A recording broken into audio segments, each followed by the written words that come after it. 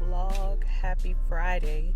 Today is Friday, January 27th. I'm currently sitting outside of my doctor's office. It is 8:49 a.m. and my doctor's appointment isn't until 10 after 9. So I'm just sitting here waiting. I dropped Lux off at school this morning, and then after dropping him off, I came over to this area. I grabbed me some breakfast. I just finished eating in the car, and I just completed my check-in stuff on my phone to make the check-in process a little bit smoother once I get in there. So here's an update. This is what's going on. Instagram already knows what's happening. My last video I uploaded was last Friday, where I shared my, I keep saying HSG test. I think it's is it HCG? No, that's the pregnancy test. I don't know. But the dye test that I had done to check to see if my tubes are open. I can't think of the name right now. So last week I shared my experience that day, how it went, what was suspected from the OBGYN radiologist that did the test, how he tried to force dye through to open my tubes, how we were just kind of confused about how my last test was, everything looked fine, dye flowed through free and clear, and this time the only thing that's happened between that time and now is birth. I've had this talk. If you missed the video, I'll make sure my TTC playlist is down in the description box. So after that appointment, I had an appointment with my RE where he looked at the results, and the appointment was very short. I mean, it wasn't even like a 10-minute appointment. He was just like, yeah, so your tubes are damaged or whatever. I think he said on the right side we got a hydrosalpinx or whatever. The left side is a little bit enlarged, more than we would like it to be or whatever. On the right side, it was not the entire tube, but just like a portion of the tube. And I think I mentioned that, like, a portion of the tube is damaged and enlarged and all that stuff, or it looked like it was fluid filled or whatever. And we were trying to figure out, and then the OBGYN radiologist noticed like some little pockets or whatever, and he told me that it looked like I have been having like cyst rupturing and all that stuff. I'm mentioning all this because of the events that happened in the last couple days for me. The RE gave me my option of having my tubes removed, and that was his first option. And of course, if you're not expecting that, it catches you off guard. So I was like, whoa, wait a minute. I was like, there's nothing else that can be done. There's no other options. You're just jumping straight into, we got to remove the tubes.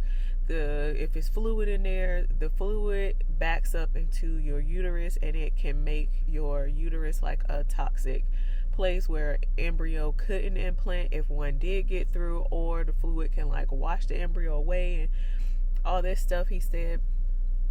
And he gave me an option of, we can remove both of them, or we can try to repair them.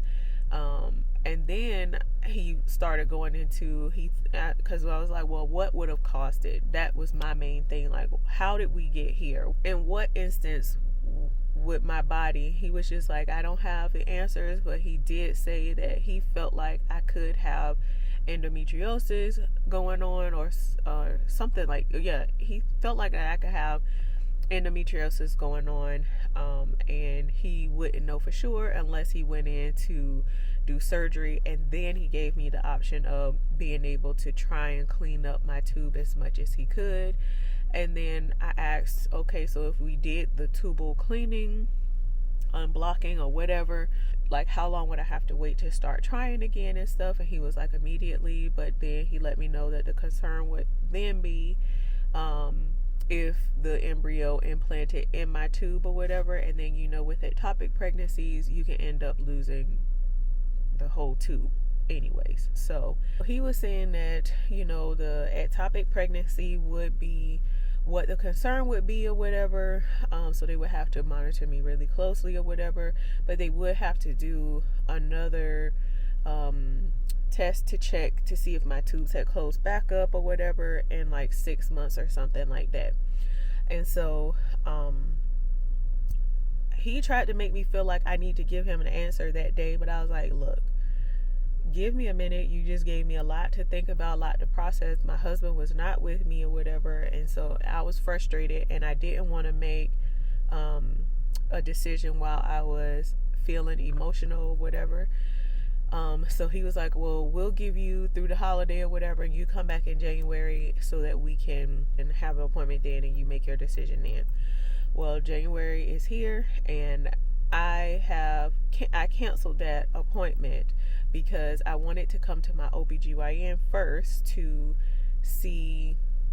get her opinion on this whole scenario, see if she can look at the results and stuff, since she told me that my tube spasmed back in April when I got the test done through her. I still wanted her opinion, and I saw on like our base families Facebook page that another woman had the laparoscopic surgery or something like that. I think one lady said she had her tubes removed by my OBGYN, and another one said she had that laparoscopic surgery. I don't know if it's successful or not. I didn't go into that.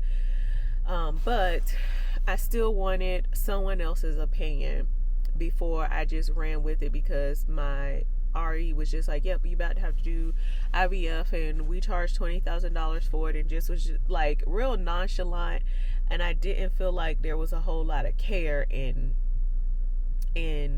how he presented the information to me. How he handled it was just like, this is what it is, this is what you gotta do, just like, we need $20,000 to help you do it. And it was just like dang, there was no compassion in it, is what I'm getting at.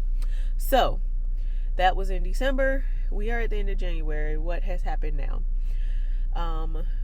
Day before yesterday, I went to the emergency room because I've been having leg pains for a week now.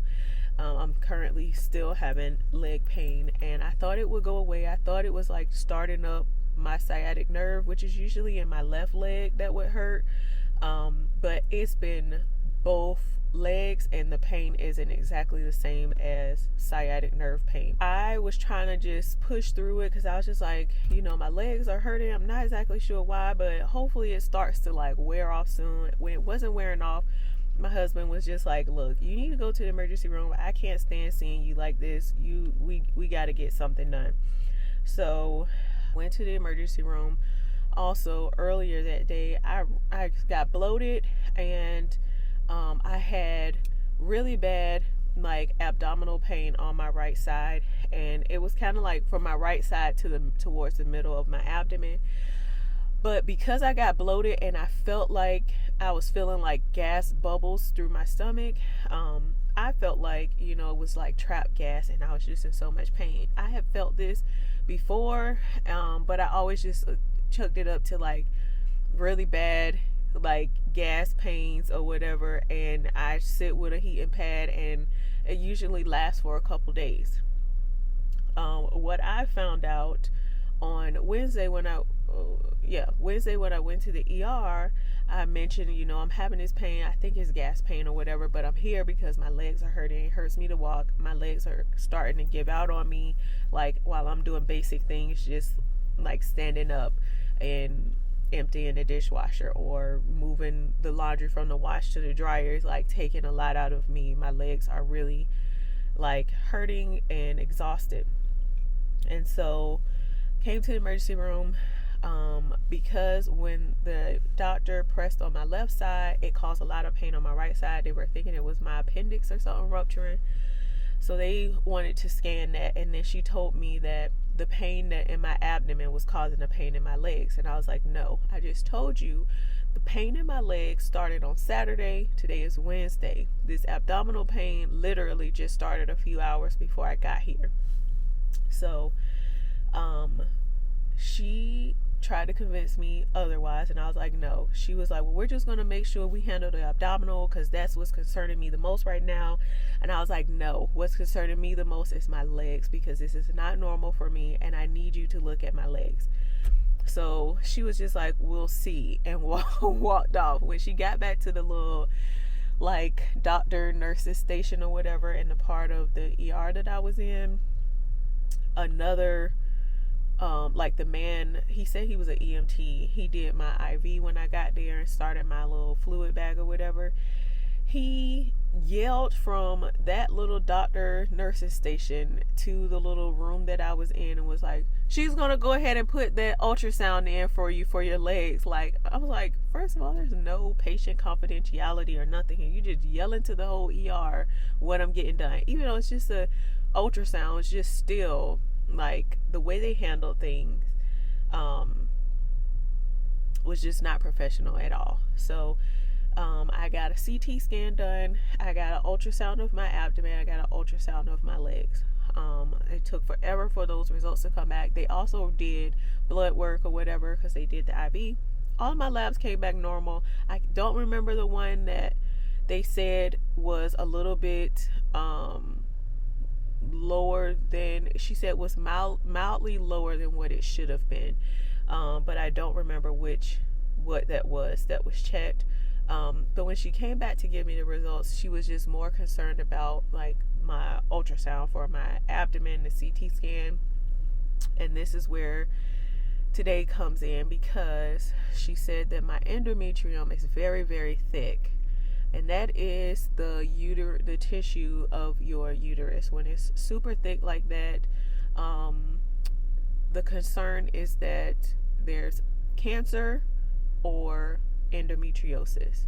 So immediately I was like, well, I'm going to lean more towards endometriosis, because again, this is what me and my RE were thinking, like endometriosis might be going on here. So that was her concern. So she was like, I need you to get to your OB and get in as soon as possible. So yesterday morning I called my OB's office, let them know that the ER said that I need to get a biopsy done because my endometrium is so thick, and also I had a cyst rupture which was causing the pain for me, and my abdomen was filled with fluid. And so today I'm about to go head up now, because I only have a couple more minutes, to my doctor's office so that they can tell me when we're going to get this biopsy done and read the notes from the ER and figure out what is going on with my body, right? But also I had to ask this doctor, what is going on with my legs? And she was like, oh, well, let me check that. Y'all, she just completely forgot that we even got that done, because she was hell-bent on the pain in my abdomen is causing the pain down my legs. And I was like, no, this ain't it. Because I was like, I'm wearing socks and shoes, like these little fuzzy like moccasins, and I'm wearing fuzzy socks. I was like, from my knees down it's cold, but my feet are really cold, and they are cold in my shoes, like my feet are freezing. She tried to tell me that I didn't have blood clots in my legs, which is what I was suspecting, and I told her I suspected beforehand. She told me that you don't get blood clots in both legs, and that is probably not it or whatever, but she pretty much was just like, we're just gonna do it because you was persistent about it or whatever. But when she went back to the little nurse's station to see what those results were, because she hadn't even checked them, because she was set in her mind that the pain was from my abdomen shooting down my legs, she was stunned and shocked and had her head down, coming back to tell me that I indeed have blood clots in both legs like I suspected, and they're not deep vein. They are, I'll put the name on the screen of what it's called, but it's pretty much when you have blood clots in the larger veins. They're in my thighs, but I have blood clots in both. She said there's a lot of little blood clots in the larger vein that's closer to the surface. And so that's what I have going on. And so I am also having to go see a hematologist, because I could be having the blood clotting issue because there may potentially be cancer somewhere, because they didn't really have an explanation for why I'm clotting like I am. So that's where I am, you guys. That's what's happening in my life right now. So first things first, I'm about to go to my OB, see what we're going to do about this one. My primary care doctor is out of town, so I won't be able to see him until the beginning of next week. And then I'll get my referral in for the hematology oncology doctor here at the same hospital where my OB and my primary care doctor are. So that's what's happening.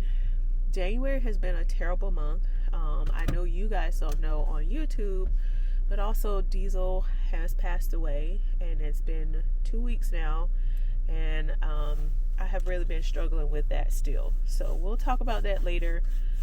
For now, let me get going so that I can get this appointment over with. All right, you guys, so I am back at home now, trying to get comfortable because I didn't know I was getting that biopsy done today. I had no idea that I was getting that biopsy done today when I went into my OB. I thought we would be scheduling a procedure to be done. I thought a numbing of some sort would be done. But when I got in there, of course, they had already looked at everything, all my notes from the ER and all that stuff. And I had a little bit of talk about what led up to it. My doctor asked, like, what took you initially to the ER? And so we talked about the blood clot situation, the leg pain, and all that stuff.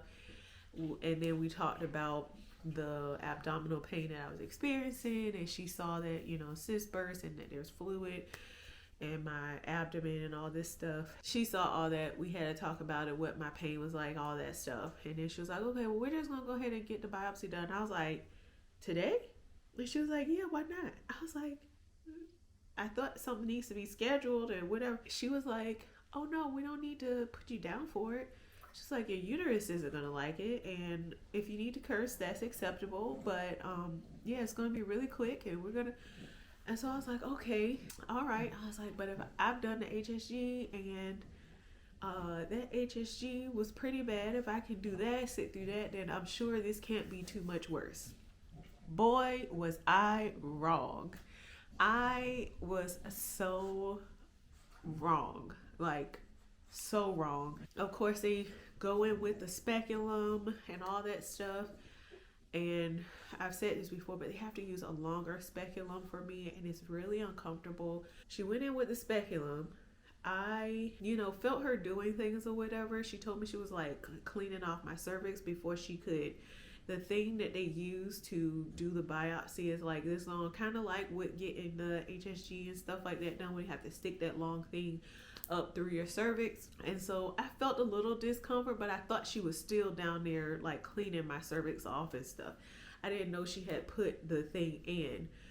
So that part wasn't bad. So when she told me like, okay, I'm about to, I'm about to go ahead and do it, I thought that she was like about to insert that part in, because again, I'm looking at the ceiling, taking deep breaths, trying to remember to relax my legs, because I'm already tense, like waiting for it.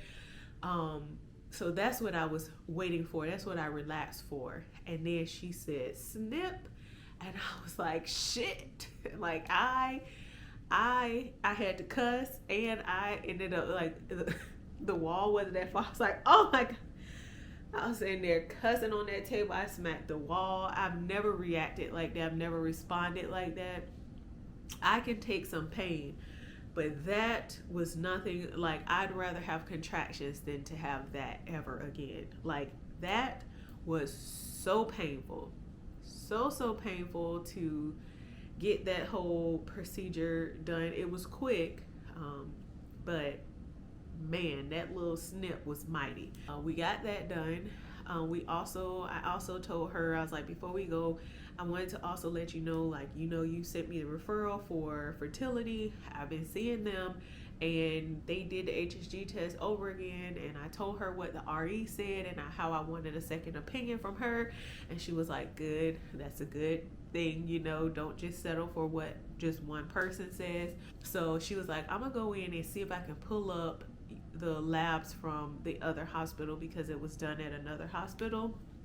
So she compared the one that I had from April to the one that I had done in November, and she was like, things have gotten worse.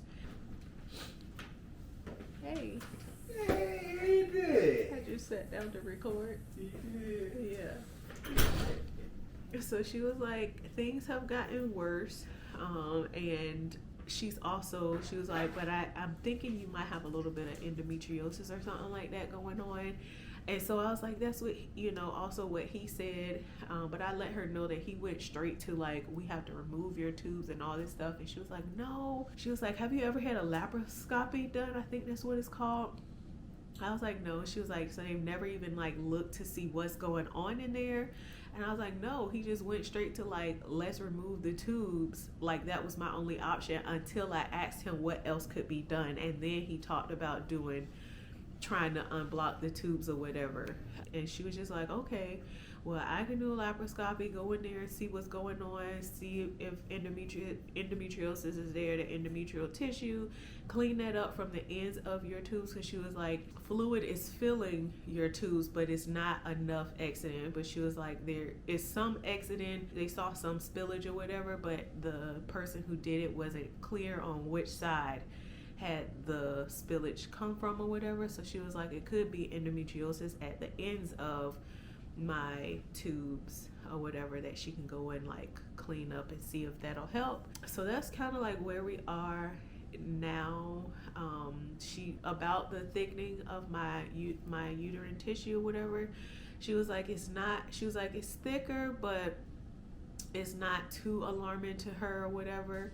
She did do the biopsy anyway because she, it's better to just do it and be on the safe side of things. But she was just saying, like, at the end of your cycle, I'm on cycle day 25 right now, and she was saying at the end of your cycle, your uterine tissue is thicker anyways, because that's the point of your period coming, is to shed all that extra tissue or whatever, which made sense to me. So I was like, she was like, I don't know why they made things seem so like pressing in their notes and all that stuff too. She was just like, it's not that bad. So that was better to hear. It made a whole lot more sense. But she went ahead and did it, and she's sending everything off to pathology. So I have to go back in a week to get the results back. But she did let me know in advance that since the new year started, she doesn't know if they're backed up or what, but they've been having to make people reschedule because the results aren't back yet. Like, they're taking a little bit more time to get these pathology results back. So we shall see. But yeah, she was like, I'd rather go in there and do a laparoscopy, try to clean things up or whatever, and see if you can get pregnant with your tubes before you go on and do something so permanent like removing the tubes or whatever, when we have that option. So I was like, okay, that I can do, and I'm comfortable with letting her do it, because I do understand that the fertility clinic is a business at the same time. Even though they are medical professionals, it is a business. So they do things a lot more differently. So that's where we are. My uterus is very, very tender right now. She put me a prescription in for, I think it's called Lovenox, the blood thinner injections that she put me a prescription in for 7 days. And then she also gave me an antibiotic shot to see if she can like calm everything and keep things from getting infected in there and stuff. Yeah, but she wants to figure out what's going on and what's happening. So yeah, over the next week I got a couple of appointments, as everybody's like hustling around trying to make sure nothing is missed, and I can appreciate that. So that's where we are now, waiting on her nurse to call me back, because normally my prescriptions go to the pharmacy on base. Let's see if this is my mom. Normally the prescriptions go to the pharmacy on base, but the base is about to have a power outage, so it can't be filled. So I have to try another pharmacy. So that's where I am.